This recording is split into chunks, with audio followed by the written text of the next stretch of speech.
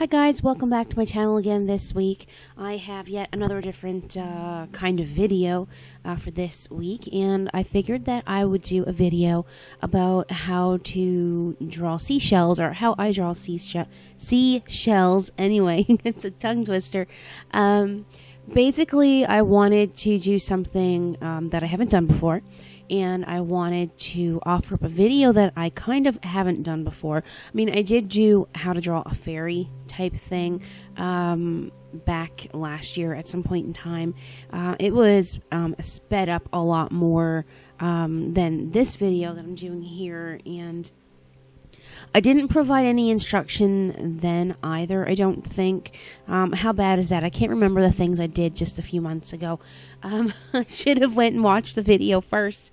Anyhow, I wanted to incorporate something into my channel that pertains to me, things that I like. And growing up by the ocean, of course, I like seashells. And who doesn't like seashells regardless? You look at them and you just instantly think about the ocean and how much you want to go there. I know for me it does. And so I wanted to do this video, and I wanted to test out some colors, the new Copic colors that I had for Christmas, and how to blend my Copics with my Prismacolors and all that fun stuff. However, that will be in a different video. So this video here, this part of the video, is just me drawing the seashells, and you can see it is the time is looped just a little bit faster than the actual drawing. It took me about 40 minutes or so to do all the shells and outline them and whatnot. So I didn't want to put up a 40-minute video. So it is sped up at a 200 speed. I don't know technically how you would say all that tacky stuff, but it's just sped up slightly. So it's not, you're not missing too much of what I'm doing. Shell names, I have no idea what the shell names are. If someone is good with picking out different kinds of shells, you're more than welcome to rhyme off the names of what I've drawn down in the comment section down below. But I just went on Google and I typed in colorful seashells, and I got some images of the shells that I wanted to draw. And I just wanted to point out that some of them didn't turn out the way I wanted them to. Some of them turned out a little bit, I don't even, more cartoony than I wanted, if that makes any sense. I know by the time that they're all colored in the next video, they're kind of cartoony anyway, but there's a line there, and I don't really know how to describe what I'm trying to get out, if that makes any sense. Anyhow, I really enjoyed drawing the shells, and I think I might do something like this again in the future if you guys want to see like a slower version, kind of like what's happening here of me drawing something. Or if you have something that you don't know how to draw, that and you're in the beginner, or just maybe past a beginner for drawing, and would like to know how I draw something. If you've seen something on my channel that you want to know how to draw, but you don't know how, and you'd like for me to do a slower version of that, go ahead and let me know down in the comments as well. I know a little bit about drawing, obviously, because I do have my channel, but there are certain things that I'm still working on. I am working on how to draw backgrounds. I'm working on how to draw clothing properly, to make sure I get all the folds and everything in the clothing, and that it's proportioned well. And I'm working on anatomy, and also with working on anatomy, I'm learning how to draw hands. Now, I'm sure that there are some of you that are watching this video and are listening that have the same issue that I have with drawing hands, and it's impossible. I know it's not impossible, but for me, it's impossible. I always either draw them, they look like they're sticks, sausages, or they're just deformed, and it just doesn't look good. There are a couple of pictures that I have done that my hands have turned out really well, and I'm like, that's it. That's as far as I'm going to get. I've got it done this time. I'm not going to be able to repeat that.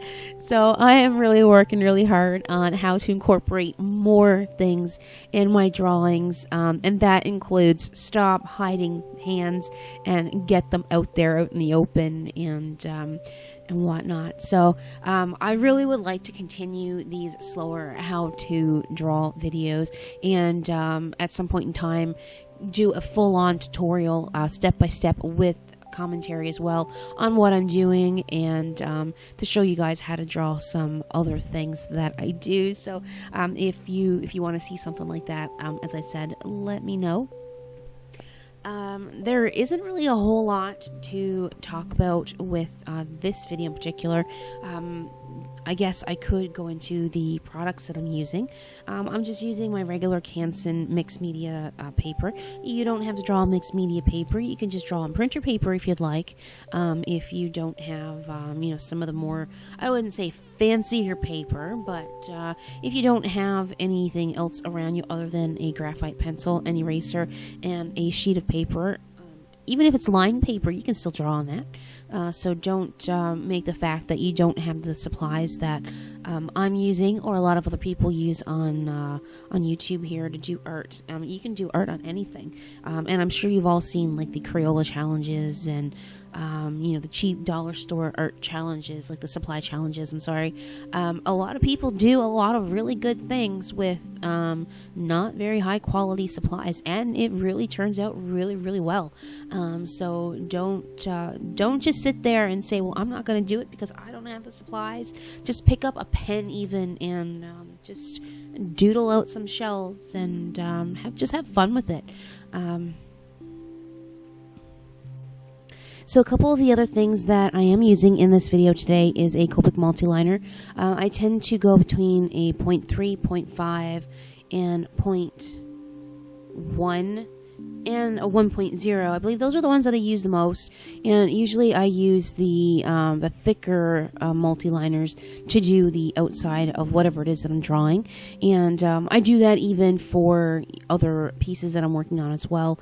As you can see right here, I'm using the thicker pen to do the outline. And for me, if I'm drawing and I'm doing a colored background, I find that if you're going to outline something in white, that it helps make it pop off the page a little bit more. And again, you'll see that in the second part to this video that'll be out next week. I also have found lately that I want to be able to do colored outlines, if that...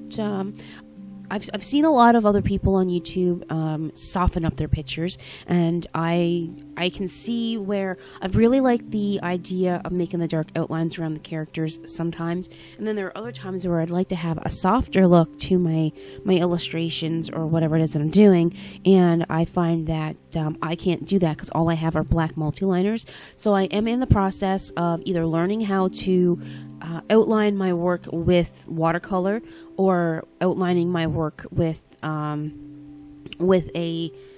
sepia or sepia. I'm not even sure how to pronounce it properly, but I want to get a marker of that tone and some other tones as well. So if I want to do a softer picture, then I don't have that harsh, dark, black outline around everything. And again, I'm digressing here. So the other thing that I've used in this video for materials is an eraser. I did start out using a plastic eraser. It's a Stedler. It has the refillable long eraser tube, and I was using that for a while, and I find that lately I've been getting very frustrated with the plastic erasers again. I'm pretty sure they're made out of plastic, the white ones anyway.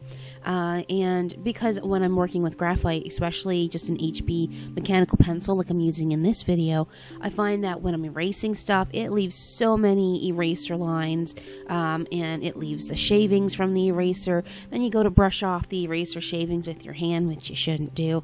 You just get graphite all over the place, and it just makes a total mess on your work. So two things to fix that is to use a kneadable eraser, which is a little bit harder to use for me sometimes, because I do have I find it very awkward to mold it the way that I need it to erase something if it's very fine, and I need like a really fine point on the eraser because I do have bad wrist and they do bother me sometimes.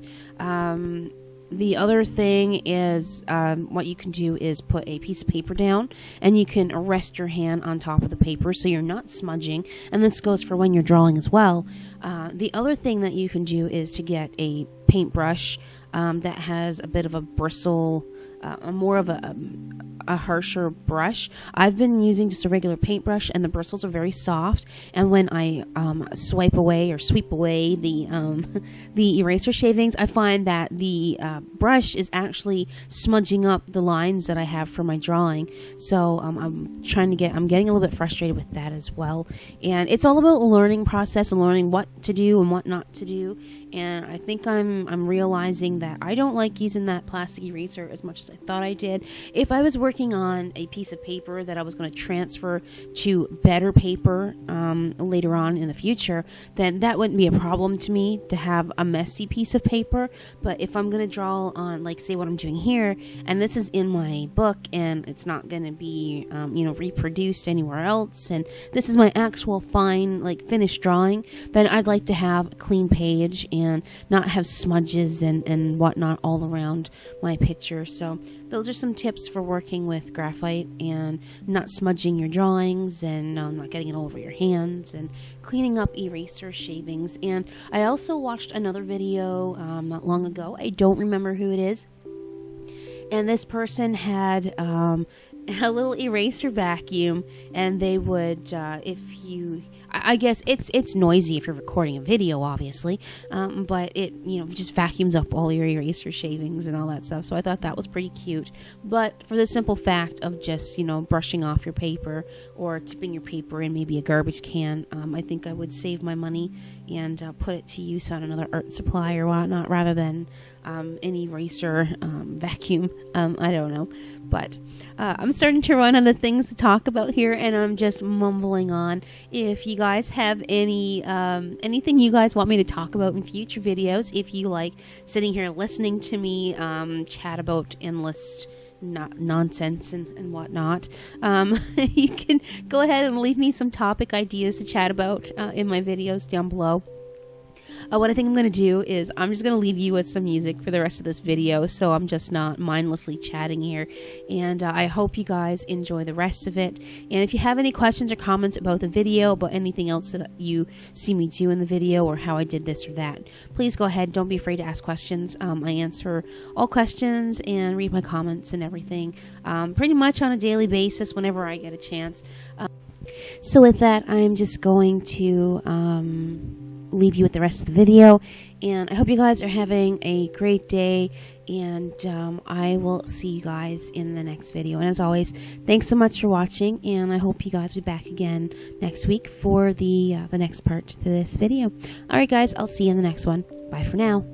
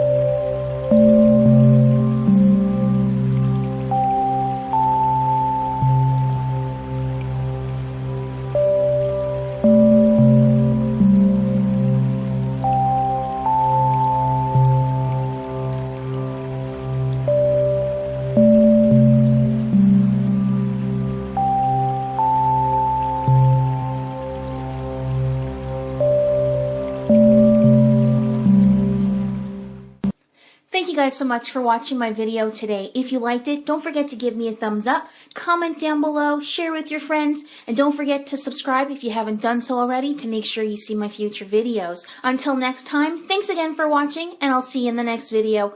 Bye for now.